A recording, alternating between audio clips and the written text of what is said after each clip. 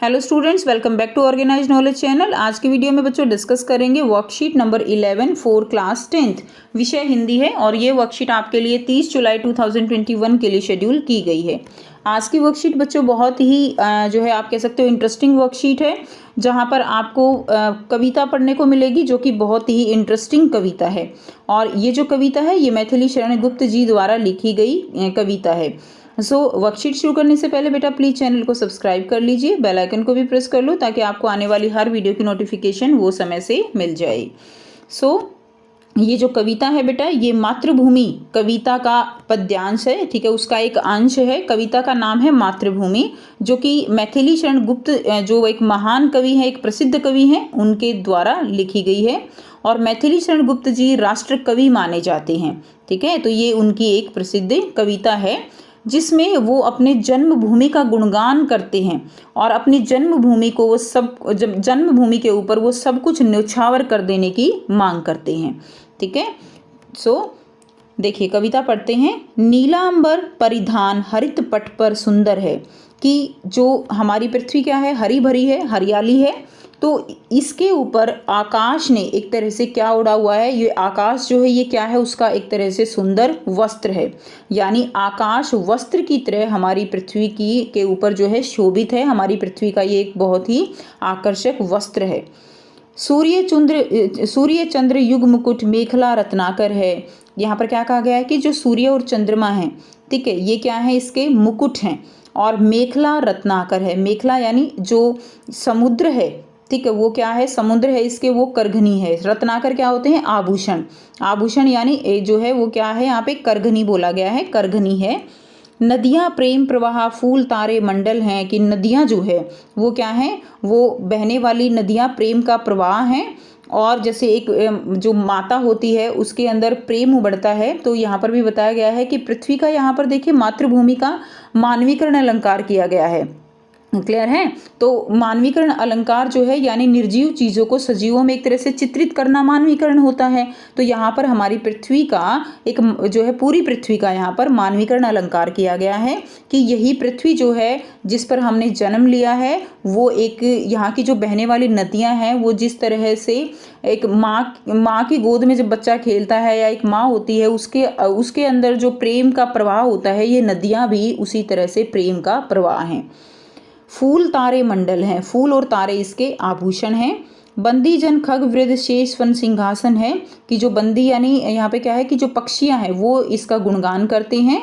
और शेषवन जो है वो क्या है, वो इनका सिंहासन है। परमहंस सम बाल्यकाल में सब सुख पाए, जिसके कारण धूल भरे हीरे कहलाए। कवि कहते हैं कि श्री रामकृष्ण परमहंस जी की तरह ही हमने यहाँ पे सारे सुख पाए हैं, सभी जो सुख हैं उनका आनंद पाया है और उसके कारण ही हम धूल भरे हीरे कहलाए हैं। यानी यहीं मातृभूमि की गोद में हम बड़े हुए हैं, यहाँ खेले हैं, पले बड़े हैं और इसीलिए हम क्या कहलाए हैं, धूल भरे हीरे हम कहलाए हैं। हम खेले कूदे हर्षयुक्त जिसकी प्यारी गोद में, कि हम जो है खुशी के साथ यहाँ खेले कूदे हैं, इस मात की गोद में हमने जो है बहुत हर्ष का अनुभव किया है। ऐसी मातृभूमि को देखकर हम आनंद से मग्न हो जाते हैं। तो हे मातृभूमि तुझको निरख मग्न क्यों ना हो मोद में, तो हे मातृभूमि तुमने हमें इतना कुछ दिया है कि हम क्यों ना हो मग्न, क्यों ना आपके ऊपर जान निछावर करने से हम पीछे रहेंगे। आपने हमें सब कुछ दिया है। निर्मल तेरा नीर अमृत के सम उत्तम है, शीतल मंद सुगंध पवन हर लेता श्रम है, कि जो पानी है वो पानी किसके समान है, पानी निर्मल पानी, नीर क्या होता है बच्चों, पानी। जो पानी है वो अमृत के समान है, ठीक है, जिसको पीने से जो प्यास है वो बुझती है, वो क्या है, अमृत के समान है। और जहाँ पर जो चलने वाली पवन है, शीतल मंद सुगंध पवन, चलने वाली जो पवन है वो सारा का सारा जो हमारा कष्ट है, सारा की सारी जो थकावट है वो हमारी हर लेती है। यानी जो हवा है, जो पवन है, उसको जो है, जो हमारे कष्ट हैं, जो हमारा काम करने के बाद जो हमारे शरीर में थकावट आती है, वो सब जो है ये ले लेती है। षट ऋतुओं का विविध दृश्य युक्त अद्भुत क्रम है। और यहाँ पर जो ऋतुएं बदलती रहती हैं, 6 ऋतुएं, कभी सर्दी आ गई, कभी गर्मी आ गई, तो ये भी एक बहुत ही अद्भुत यहाँ पे क्या है, क्रम है। हरियाली का फर्श नहीं मखमल से कम है, ठीक है। तो देखिए जो हरियाली है यानी जो घास है, यहाँ की जो हरियाली है वो किसी मखमल से कम नहीं है। क्लियर। करते अभिषेक पयोद हैं बलिहारी इस वेश की। पयोद यानी जो बादल हैं, बादल बारिश जो पानी बरसाकर इसका क्या करते हैं, अभिषेक करते हैं। यानी यहाँ पे कवि अपनी मातृभूमि के इस सुंदर रूप पर क्या कर रहे हैं, आत्मसमर्पण कर रहे हैं। वे कहते हैं कि वास्तव में ही ये जो है सगुण साकार एक तरह की मूर्ति है। करते अभिषेक पयोद हैं बलिहारी इस वेश की। ठीक है, अपना आत्मसमर्पण कर रहे हैं। हे मातृभूमि तू सत्य ही सगुण मूर्ति सर्वेश की। तो हे मातृभूमि तू सगुण साकार मूर्ति है, तुझमें वो बिल्कुल जो है सारे के सारे क्या हैं, गुण हैं, ऐसी एक साकार मूर्ति की तरह है। ठीक है। अब देखिए उसके बाद यहाँ पे इस जो पूरा पैराग्राफ है बच्चों, इसके अंदर श्रृंगार रस दिखाया गया है। ठीक है, यानी प्रेम का भाव यहाँ पर दर्शाया गया है। तो इसमें रस कौन सा हो गया, श्रृंगार रस हो गया। साथ साथ हर एक जगह जो अनुप्रास अलंकार है वो भी आपको यहाँ पर देखने को मिल रहा है। बार बार शब्दों की एक ही जैसे शब्दों की आवृत्ति हो रही है। क्लियर। उसके बाद देखिए नेक्स्ट है, जिसकी रज में लोट लोट कर बड़े हुए हैं, घुटनों के बल सरक सरक कर खड़े हुए हैं। यहाँ पर जन्मभूमि से कवि के बचपन का संबंध व्यक्त करते हुए कवि कहते हैं कि इसकी धूली में यानी इसकी धूल में हम लोट लोट कर बड़े हुए हैं और इसी भूमि पर घुटनों के बल पर सरक सरक कर हमने पैरों पे खड़ा होना सीखा है। ठीक है, यहाँ जो है रहकर ही हमने यहाँ पर जो है सारे सुखों का अनुभव किया है।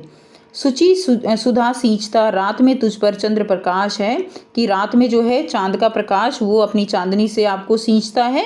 हे मातृभूमि दिन में तरणी करता तम का नाश है, और दिन में जो सूरज है वो अंधकार को यहाँ से भगा देता है, अंधकार का नाश कर देता है। जिस पृथ्वी में मिले हमारे पूर्वज प्यारे, उससे है भगवान कभी हम ना रहे न्यारे। तो कवि कहता है कि जिस पृथ्वी में हमारे, जिस मिट्टी में हमारे सारे पूर्वज जो हैं उन्होंने अपना शरीर यहाँ त्याग दिया।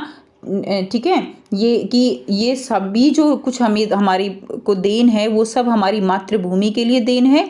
तो ऐसे जो उपकार हमारी मातृभूमि ने हमारे ऊपर किए हैं उनका जो है बदला देना, उनका बदला करना आसान नहीं है। ठीक। उसके बाद देखिए, लोट लोट कर वहीं हृदय को शांत करेंगे। तो हमारे पूर्वज जिस मिट्टी में मिल गए हैं, जिस मिट्टी में उन्होंने अपना प्राण जो है वो न्यौछावर कर दिए हैं, तो हे भगवान हमारी भी आपसे प्रार्थना है कि हमें उस मिट्टी से कभी अलग ना करना। ठीक है, लोट लोट कर वहीं हृदय को, हम भी यहाँ पर लेट लेट कर अपनी हृदय को शांत करेंगे, उसमें मिलते समय मृत्यु से नहीं डरेंगे, और जब हमारी मृत्यु होगी तो हम भी इसी मिट्टी में विलीन हो जाएंगे। यह जो शरीर है ये हमें जो है आपसे ही मिला है। क्लियर है। और अंत में मृत्यु होने पर भी यह जो निर्जीव शरीर है वो आप ही अपनाओगी। ठीक है, तो यहाँ पे बेटा एक दिन सबको मर जाना है, तो सभी को इस मिट्टी में विलीन हो जाना है। तो कवि कहते हैं कि जब भी हम मरेंगे तो हम भी मृत्यु से पीछे नहीं हटेंगे, हम भी मृत्यु से नहीं डरेंगे, हम उत्सुक रहेंगे आपके जो हमारा शरीर है वो हमारी मातृभूमि के साथ मिल जाए। उस मातृभूमि की धूल में जब पूरे सन जाएंगे, होकर भवबंधन मुक्त हम आत्मरूप बन जाएंगे। कि जब हम मर जाएंगे तो हमारा जो शरीर है वो मिट्टी में विलीन हो जाएगा। ठीक है, और फिर हम भी जो है क्या हो जाएंगे, एक तरह से मोक्ष की प्राप्ति हमें मिल जाएगी और हम सभी बंधनों से मुक्त हो जाएंगे। बंधन कौन से हैं यहाँ पे बच्चों, जो मोह माया के बंधन है, जो हमारे पैरों में बेड़ियां डाल के रखते हैं। ठीक है, तो उस मोह माया के बंधन से छूट कर हम भी जो है मोक्ष की प्राप्ति हम कर लेंगे जब हमारा शरीर हमारे को जन्म देने वाली मातृभूमि के अंदर मिल जाएगा। तो ये थी बच्चों बहुत ही अच्छी जो है कविता, और इसमें अब देखिए आपको बहुत सारे प्रश्न दिए गए हैं। ठीक है, यहाँ पे आपको पर्यायवाची शब्द लिखने हैं। अब देखिए एक बार देख लेते हैं, अभी करेंगे इनके आंसर हम साथ साथ। उसके बाद देखिए शब्दों के अर्थ आपको लिखने हैं। फिर आपको यहाँ पे 5 जो है प्रश्न दिए गए हैं। फिर आपको ये पिक्चर पहचाननी है, ये मैथिली शरण गुप्त जी की जो है चित्र है।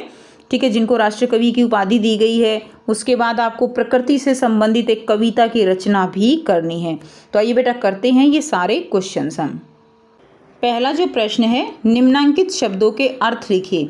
तो देखिए सबसे पहले है नीलांबर। नीलांबर का अर्थ क्या है, नीला आकाश। परिधान यानी कपड़े। पट यानी सतह। रत्नाकर यानी सागर। उसके बाद दिया गया है प्रवाह बहाव। पयोद यानी बादल। सर्वेश यानी ईश्वर। रज यानी धूल, तरणी यानी सूर्य। ठीक है, नेक्स्ट देखिए प्रश्न 2, कवि ने अपनी मातृभूमि की किन किन विशेषताओं का वर्णन किया है। आंसर रहेगा कवि के अनुसार मातृभूमि के हरे भरे तट पर आकाश नीले रंग के वस्त्र की तरह सजा हुआ है, सूर्य और चंद्र इसका मुकुट है और समुद्र इसकी करघनी है, नदियाँ प्रेम प्रवाह हैं और फूल तारे इसके आभूषण हैं। नेक्स्ट देखिए प्रश्न 3 है, कवि ने मातृभूमि को ईश्वर का साकार रूप किस आधार पर बताया है। तो मातृभूमि को कवि ने ईश्वर का साकार रूप बताया है। ठीक है, किसको, मातृभूमि को, क्योंकि ईश्वर की तरह ही मातृभूमि का मुकुट सूर्य और चंद्र के समान है। शेषनाग का फन जो है वो क्या है, सिंहासन के समान है। नेक्स्ट देखिए प्रश्न 4 है, प्रस्तुत कविता में किस रस एवं अलंकार का प्रयोग हुआ है, नाम एवं उसकी विशेषता लिखिए। तो यहाँ पे हमने देखा मानवीकरण अलंकार का प्रयोग हुआ है। जब सजीव भावनाओं का वर्णन चीज़ों में किया जाता है तब यह मानवीकरण अलंकार होता है। तो पृथ्वी का वर्णन सजीव रूप में यहाँ पे किया गया है। नेक्स्ट है अनुप्रास अलंकार लिखेंगे। जब किसी काव्य को सुंदर बनाने के लिए किसी वर्ण की बार बार आवृत्ति होती है तो वह अनुप्रास अलंकार कहलाता है। तीसरा है श्रृंगार रस। श्रृंगार रस का स्थायी भाव रति यानी प्रेम है, जहाँ पृथ्वी को पूरी तरह से अलंकृत किया गया है। नेक्स्ट देखिए प्रश्न 5 है, प्रस्तुत कविता का उचित शीर्षक लिखिए।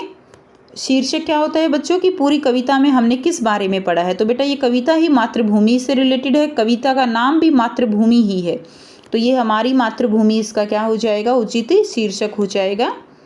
प्रश्न 6 है, दिए गए चित्र को पहचान कर उसका नाम लिखे और हिंदी साहित्य में इन्हें क्या उपाधि दी गई है। तो दिया गया चित्र कवि मैथिली शरण गुप्त का है। हिंदी साहित्य में उन्हें राष्ट्र कवि की उपाधि दी गई है। प्रश्न 7, जिस प्रकार प्रकृति के पर्यायवाची शब्द हैं स्वभाव, फितरत, प्रवृत्ति, मनोवृत्ति, मिजाज, उसी प्रकार निम्नलिखित शब्दों के पर्यायवाची शब्द लिखिए। तो आंसर क्या रहेगा, सुधा। सुधा का पर्यायवाची क्या रहेगा, अमृत, सोम। नेक्स्ट देखिए परिधान, वस्त्र, पट और चीर। नेक्स्ट है नीर यानी जल, सलील, पानी भी लिख सकते हो। नेक्स्ट देखिए खग यानी पक्षी, परिंदा। तरणी यानी दिनकर, भास्कर, सूर्य। नेक्स्ट देखिए लास्ट दिया गया है प्रकृति पर एक छोटी सी कविता लिखो। तो बेटा प्रकृति पर आप एक छोटी सी कविता खुद की भी बना सकते हो या आप ये कविता भी छोटी सी लिख सकते हो। बागों में जब बहार आने लगे, कोयल अपना गीत सुनाने लगे, कलियों में निखार छाने लगे, भंवरे जब उन पर मंडराने लगे, मान लेना वसंत आ गया, रंग बसंती छा गया। तो यहाँ पे प्रकृति का वर्णन किया गया है। खेतों में फसल पकने लगे, खेत खलिहान लहलहाने लगे, डाली पे फूल मुस्काने लगे, चारों ओर खुशबू फैलाने लगे, मान लेना वसंत आ गया, रंग बसंती छा गया। ठीक है, तो इस तरह से आप और भी कविता यहाँ पे लिख सकते हो।